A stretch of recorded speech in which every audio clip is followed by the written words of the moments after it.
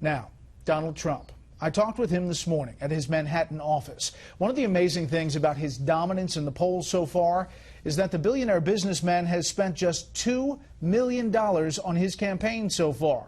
And that's far less than other campaigns. So he's not running out of money. And he's leading in almost all of the national and state polls. Yet he says the most pressing question he's getting lately from reporters, what would force him to get out of the race? You're leading, by all accounts, in almost every poll we see, big, even in early states. And yet you're starting to get a lot of these questions about when would you consider getting out of the race? Well, Bret, it's very dishonest reporting. I mean, basically, they ask me, would you ever get out of the race? Now, I'm leading in every poll. I'm saying, strange question. I said, yeah, I guess if I did terribly, I would get out of the race, but you know, I'm not. I'm doing well. And then they say, oh, Trump maybe will get out of the race. Such dishonest reporting. So, you know, I give a very simple answer. I'm not getting out of the race. I'm not going to get out. Because when I answer it that way, like you look at some of the people that are polling right now at 0, and they ask them the question, they say, oh, they're never getting out, when you know they're going to be out over the next couple of weeks. So I think it's just a simpler thing just to say I'm not getting out of the race. I'm here to stay. I'm going to win it, and we're going to make America great again. You think much simpler answer. Right. You think you have to win Iowa and New Hampshire? I don't know, but I'm leading in both. I think I, might very well be able to do that. I'm certainly leading in both, and leading significantly actually in one. And I'm going up to Iowa tomorrow. And we have a packed house, as usual, and it's going to be a lot of fun. I'm having a lot of fun doing it. I want to ask you some things that you haven't been asked, and that is a challenge, because you do a few interviews. I do. Trans-Pacific Partnership, the trade deal. You came out on Twitter. Terrible. Why? Because we have so many different ways. First of all, China's going to go into that deal. You know that. I mean, this is a backdoor for China. But they don't talk about currency manipulation the way they should. In fact, they didn't even mention it. And then a group came to see me, and we actually did an ad saying you have to talk about currency manipulation. The #1 way that we're getting hurt is currency manipulation. China does it brilliantly. Japan does it brilliantly. We don't do it at all because we have people that don't have a clue. They don't know what they're doing. But there are so many different back doors to that trade agreement, and basically it's done by the lobbyists, it's done by the special interests for certain companies that want it, but it's not good for our country. We're losing our jobs, we're losing our money, we're losing our base, we're losing everything. These trade deals are negotiated by people that don't know what they're doing. So it doesn't bother you that you're on the same side as Bernie Sanders on this issue? It's not the same side, and if it is, it's fine. We're on the same side for different reasons. You see, I like the trade. He doesn't want the trade. I like the trade, but it's got to be equal or better for us. Not even, if you look at the imbalance that we have with Mexico as an example, everyone always says about the wall, I'm going to build a wall. And I always say Mexico is going to pay for it, and I mean it. Mexico is going to pay. Everyone said, oh, that will never happen. Why would they pay? Let's say the wall is going to cost $7 billion. They were saying 12. Mine will be bigger, better, stronger for half the price. Okay, that's the way I do it. But let's say it's $7 billion. We lose in trade imbalance with Mexico $45 billion a year. In addition to that, we give them billions of dollars. Forget about what we lose. We also give them in subsidies. And the money they take out of this country is unbelievable. The economics of deporting 11 million immigrants, it just doesn't seem to add up for a lot of people. You're going to make it so tough, look. You're going to make it so tough that they're going to leave. Many of them are going to leave. We're going to make it so tough. Many of them are going to leave. And they're here illegally. We either have a country or we don't. What do you think of eminent domain? Well, I think eminent domain is wonderful if you're building a highway and you need to build, as an example, a highway and you're going to be blocked by a holdout, or in some cases it's a holdout. Just so you understand, nobody knows this better than I do because I built a lot of buildings in Manhattan, and you'll have 12 sites and you'll get 11 and you'll have the one holdout and you end up building around them and everything else. Okay, so I know it better than anybody. I think eminent domain for massive projects, for instance, you're going to create thousands of jobs and you have somebody that's in the way and you pay that person far more. Don't forget, eminent domain, they get a lot of money. and you need a house in a certain location because you're going to build this massive development that's going to employ thousands of people, or you're going to build a factory that without this little house you can't build the factory, I think eminent domain is fine. Now, the Club for Growth doesn't like it because of me. They came to my office right upstairs. They said, would you give us $1 million? They put it in writing. But back to the issue. You said in 2005, you said you agree with the Kelo case in the U.S. Supreme Court 100%.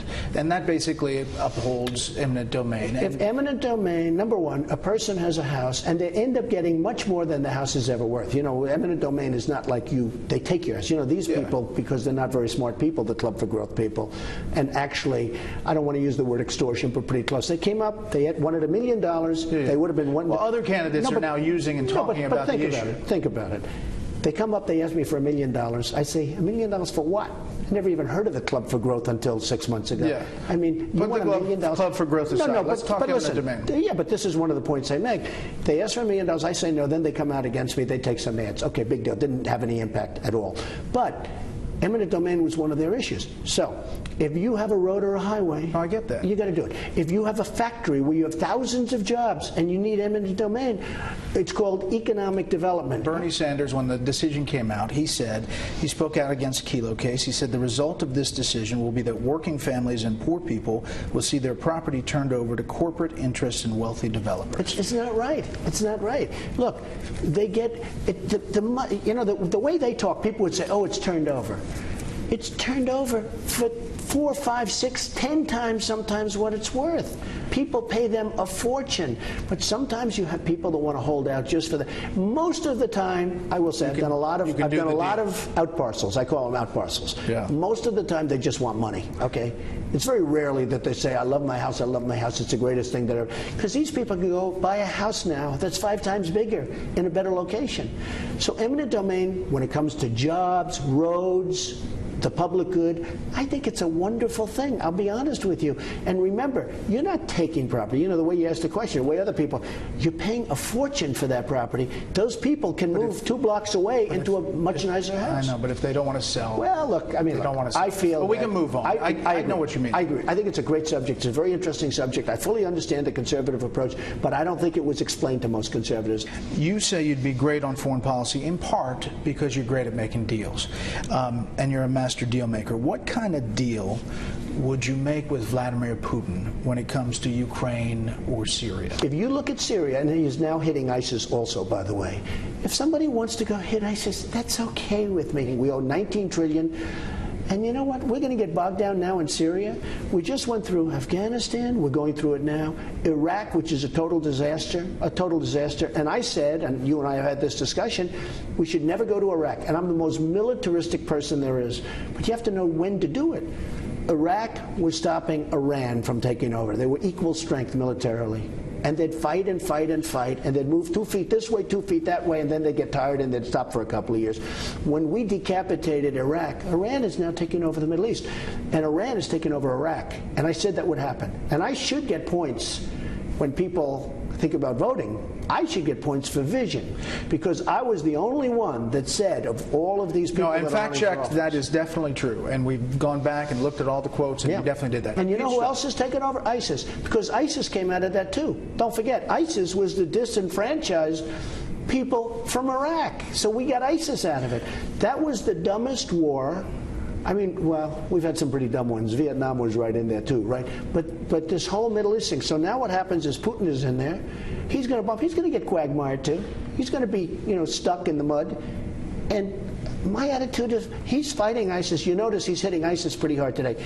He's fighting ISIS. You know why he's fighting ISIS? Although there's a lot of other targets there too. Syrian rebels. Okay, sure, the rebels. So 2 things. One, you'd negotiate with Putin, you'd have a better relationship. I would probably have a good relationship with him, and maybe not. And if I didn't, I'd have somebody that would. But my whole life has been making great deals. That's what I do. You stand not by deals, not deals, great deals. 2, you stand by the statement back in 08 and 07 that you would impeach George W. Bush for getting into the Iraq War. I think he was a disaster, and I think it was one of the worst decisions ever made. He has totally destabilized the Middle East.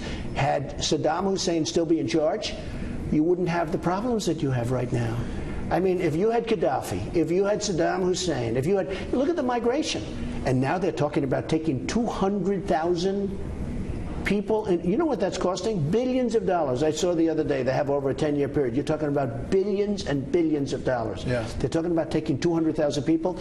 No documentation. We have no idea where they come from. We have no idea who they are. And the one thing I notice, and I say it to everybody, I look at the migration, they're all young. I mean, there's so many young, strong men. You said the U.S. should take some refugees in. I did. But then you said you would send them back. Well, no. Do you have to understand? I know. Different. They said, would you take 3,000? Yeah. I said, I hate to do it because we're like the patsy for the rest of the world. Why aren't the Gulf states, Saudi Arabia, Bahrain, why aren't they, Qatar, why aren't they taking some people? They're not taking any. Maybe they're smart. They're not taking any. They're not putting up very much money either. In fact, they're putting up almost no money. What I like is a safe zone built someplace in Syria. I do like that because on a humanitarian basis, it's terrible. But when I look at these people, the migration, there's so many young, strong men. We're going to take them? It could be the all-time great. It probably isn't, but it could be the all-time great Trojan horse. So what's your number? Into our country. What's your number of coming in? Well, I said when I heard 3,000, don't forget, this started a month ago. Right. And I heard 3,000. I said 3,000. Oh, couldn't somebody else do it? But the answer is yes on a human. Then I heard 10,000. Okay. They're up now to over 200,000 people they want to take.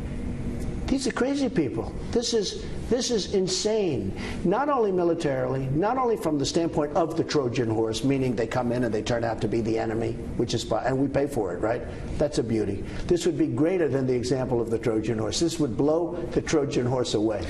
We asked people on Twitter if they had a question for you. D.T. Stevenson says, how would you as Commander-in-Chief confront Putin if Russia shot down one of our planes? If Russia shot down a plane, what would you do? Well, in my case, I don't think that would happen because I'd have a fairly different stance than a lot of other people. And I'm more militaristic than all of them. You know me.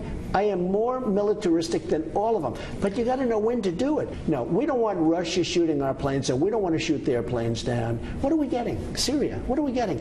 We got to rebuild our country.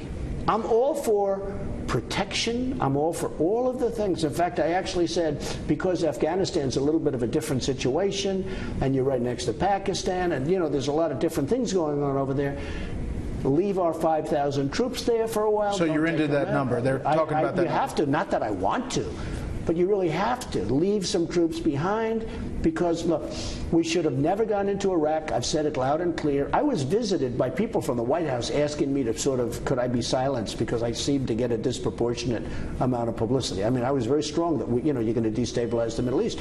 But I tell you, so that was a Bush mistake. The Obama mistake was taking out the 20,000 troops, taking out the troops, because it's possible that you'd have at least a semblance of stability.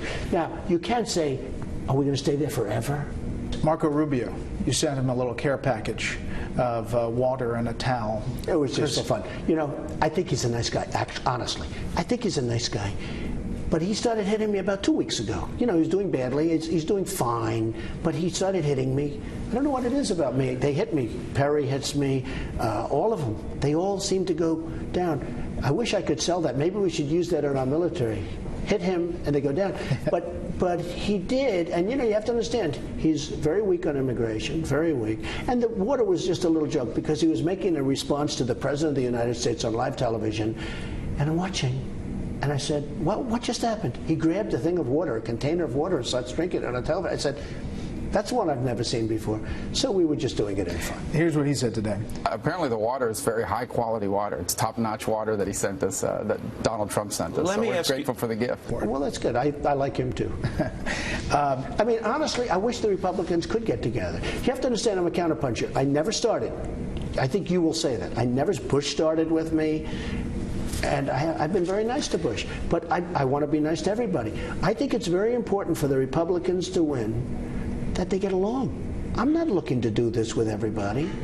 I'm not looking to do this. The Republicans have to. I want to get along with Mark. I want to get along with Bush. I want to get along with everybody. And whoever wins, wins. You don't want to do center seat, so I thought we'd ask some of the panelists for a couple questions to bring it to you. Okay. A.B. Stoddard. So she asks, quote, does a stunt like delivering water bottles and towels to Senator Rubio because he sweats a lot help your candidacy, help the ultimate GOP nominee win a general election, or make America great again? I think we're just having fun, honestly. It's really just fun, A.B. And I respect all the people in your panel, by the way, I have to tell you. And some of them, oh, she's fantastic. All right, so here's her question. I've fallen in love with her. Here's her question. By the way, there was nobody nastier to Trump than her, and now I'm in love with her. I don't know if you will be. Okay, now I think I'm about to You're fall out still at the top of the polls, right, but your lead is beginning to shrink, says Mara.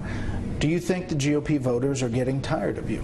No, I think the press is treating me very unfairly. I mean, I really do. If I go down a point, it's like a headline.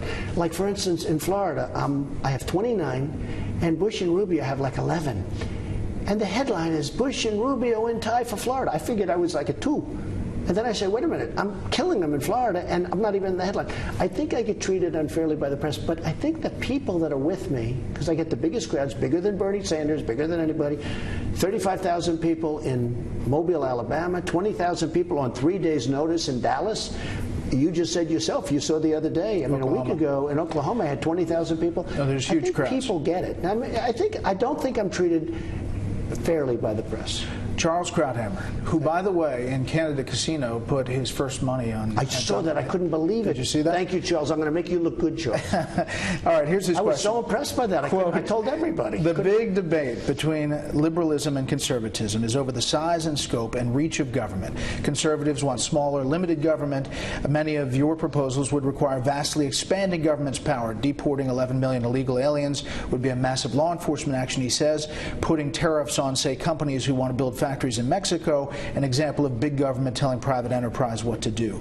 Aren't you more of a strong government guy rather than a conservative, limited government guy? I'm a strong military guy. We're going to make our military really strong, okay? But I'm a strong military guy, but not for big government. We can do this with much smaller. I want regulations off. I want taxes reduced. I mean, if you look at some of the things that's going on, and when you say illegal immigration, you know, we spend almost $300 billion a year on illegal immigration.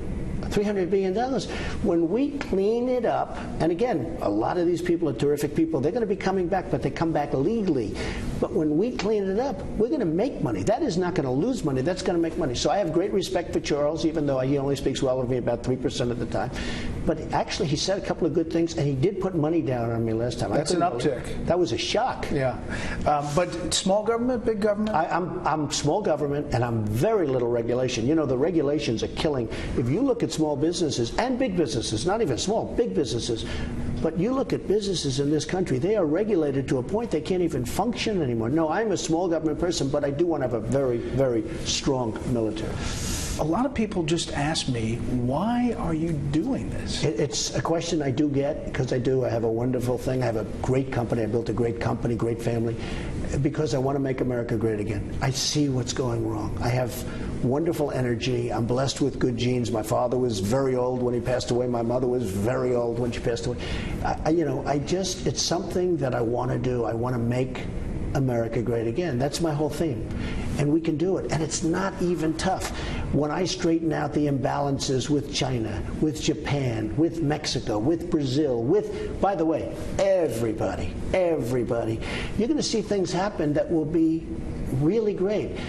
And I really enjoy doing it. The other thing, and I must tell you, I'm energized by the crowds. I go out to Iowa and New Hampshire and South Carolina and Tennessee the other day and Dallas and all of these places.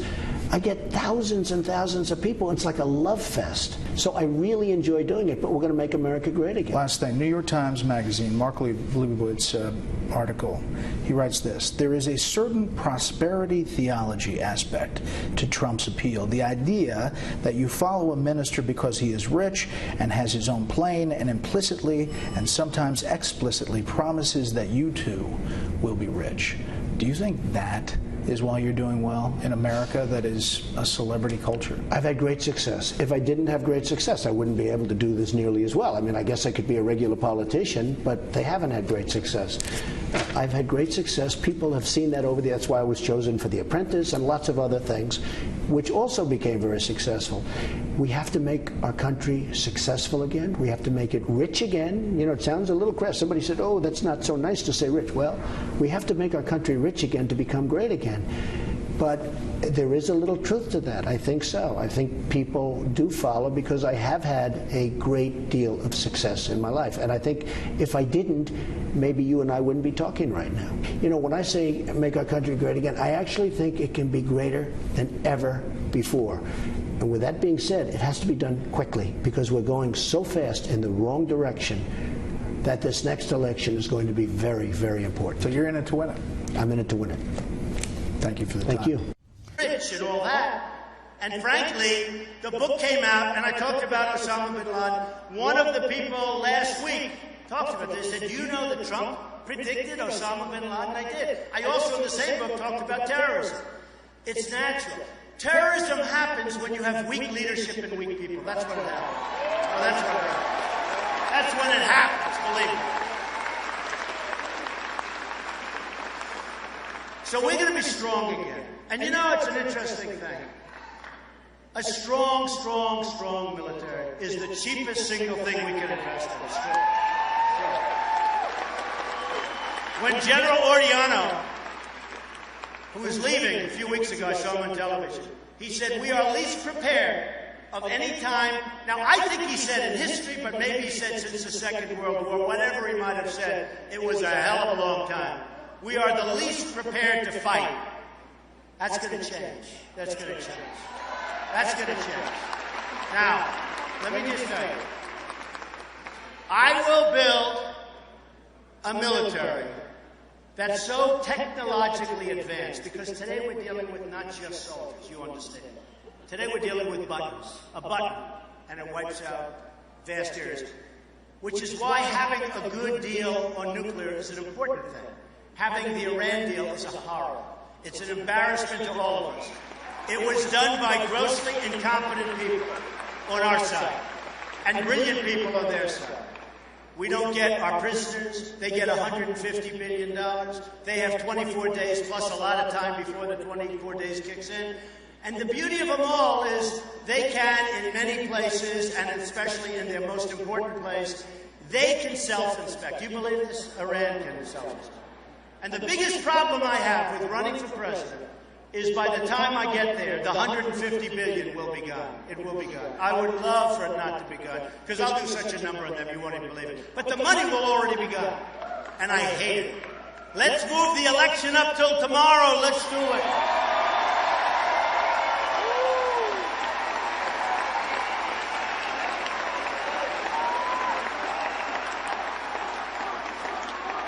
So, thank you.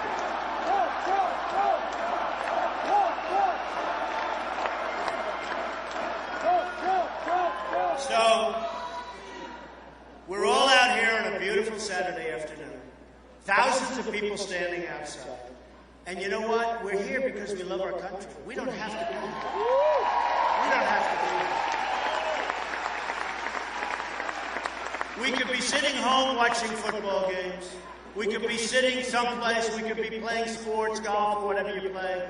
We could be doing, and yet I flew over in the helicopter and said, wow, look at that. You won't believe what's outside. You're not even going to believe it. And by the way, and I told you this before, the press will not report it. They will not report it. They won't report it. They never do.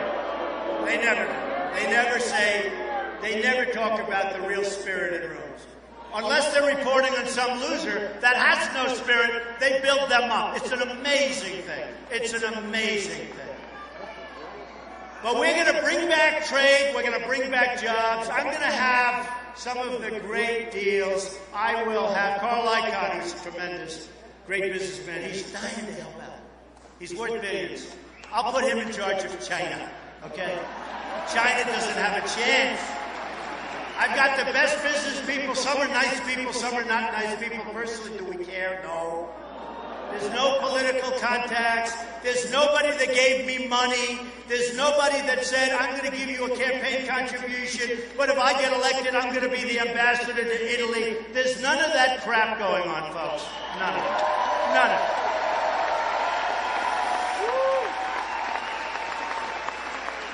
We're going to have the greatest negotiators in the world, and we have them, and I know most of them. I deal with them.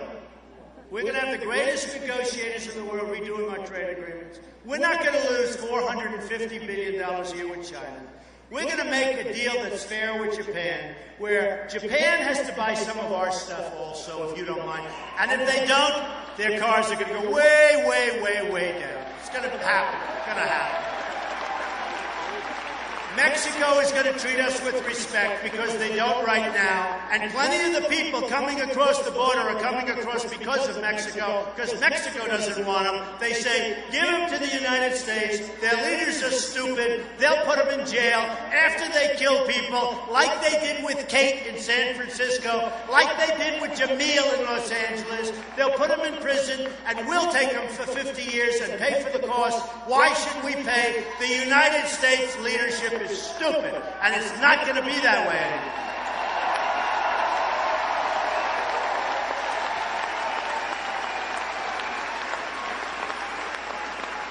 And we're going to get our budgets under control. We're going to get our military so great. We're going to take care of our vets. They're our greatest people. We love them. We're going to take care of those wounded warriors who I think are the bravest people there are. Okay? See, I wanted to bomb the oil and keep it, and I wanted to give a lot of the profits from that oil to the families of people that lost sons and daughters in Iraq and Afghanistan and Syria.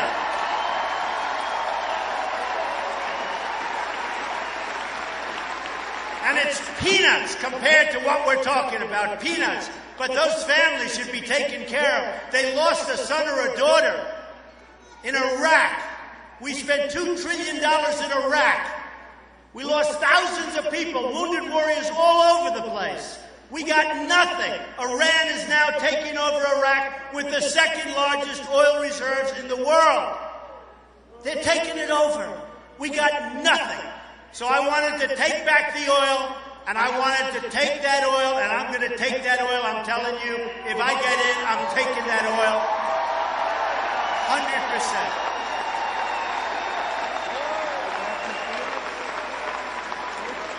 And as I said, when I watched these guys demean me for 3 years when I said take the oil, and then after Paris, boom, boom, boom, they're knocking the hell out of the oil.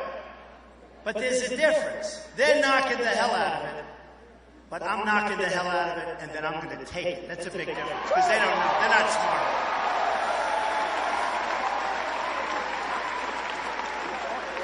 So, just to finish up, our trade deals are going to be great.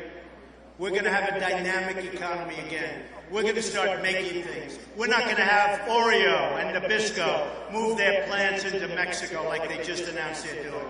We're not going to have Pfizer leave the United States with thousands and thousands of jobs lost. We're going to make this a dynamic economy. We're going to make it an amazing country, more amazing than it's ever been before, and we can do it. But we don't have time. We can't have 4 more years of Hillary with her scandals, who shouldn't even be allowed to run because what she did is totally dishonest. She should be in jail for what she did. She should be in jail.